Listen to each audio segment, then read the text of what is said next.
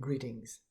My name is Munawar Kassim, and this is my second conversation in a part of mini talks on how to create employment and how to win elections. The topic that I'm going to discuss today is on quantitative easing. I'm told that quantitative easing is two-sided edge kind of a thing. It has got pros and cons on it. As has been practiced in quantitative easing thus far, true. Partially not true, but let's say true. However, what I think is what we are suggesting is totally the opposite. We are talking of brick and mortar. We are not talking of funding primarily just the top 30-40%. We're talking of funding the bottom 40% in terms of creating instantaneously a big push in employment, all sections, all varieties of jobs, from the very basic unskilled to skilled, and talking about brick and mortar, i.e., as human beings in the year 2020, looking at what is happening around us with COVID-19 and the disastrous results in terms of impact on employment, especially in the bottom 40% in terms of unemployment. I think what we need to do is build a house as a government and gift it for free to each family. Utopian? No. Why? If you look at the senior citizens in every nation in the bottom 40% segment, they are living in abject poverty, in really extreme conditions of survival. Totally, entirely unacceptable in this day and age. If you look at children of the unemployed, quite often they're going to bed hungry. Quite often they have a part of a meal once in 3 days. Quite often their health is impacted. There is no civilized hygiene condition around them. Abject poverty breeds illness. They have no access to education in any shape, manner, or form that could be defined as education. So what should we do as governments? One of the best and most noblest of ways to win an election is to actually do something for the poorest of the poor. And we should now do it in a grand style.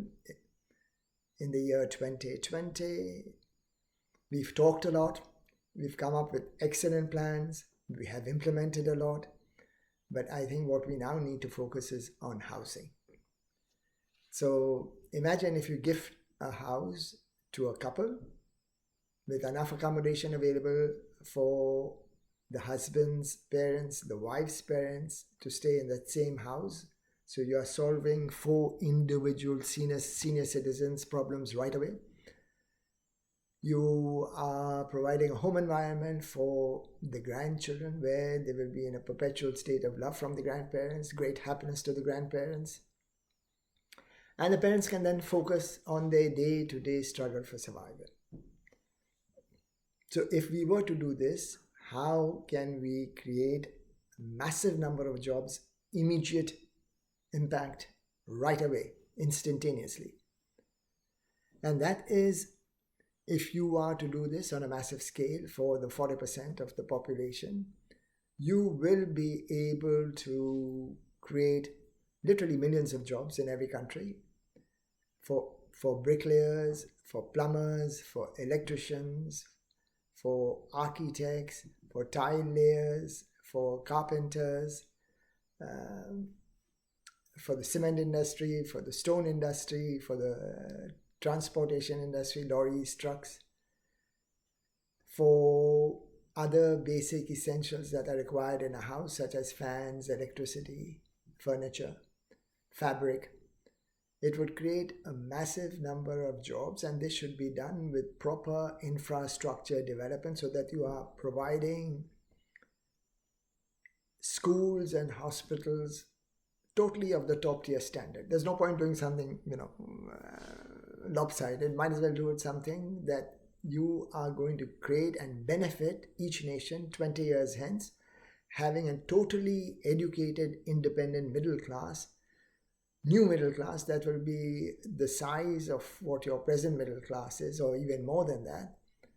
And these children, when they grow up, will be inventors, discoverers, scientists, philosophers, doctors, who will excel the growth trajectory of your nation multiple times over. This needs to be supported with infrastructure development also of roads, railways, airports, so that every segment of the market is modernized and not left behind. But for the mercy of the Creator, we are not in a position today, individually speaking, of those who are educated, that they're suffering from dysentery and they have no toilet to go. There's one toilet in a slum area servicing 100 people, and you're going to stand in a queue for half an hour.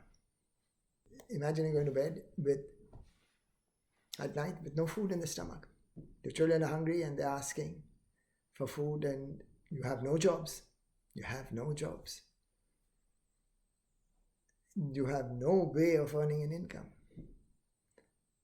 We need to change this template in this day and age and totally move them out of abject poverty. And COVID-19 is a great opportunity, a great chance that we have got to do something bold, something dramatic, something that is very, very robust in terms of economic activity within the country, creation of employment, and not only giving hope, but actually delivering on that hope to the poor.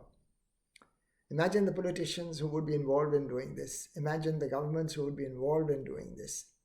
Every single beneficiary will vote for you perpetually, generation after generation after generation, for having gifted them a house. It's far better that we walk on the high road of nobility and do this.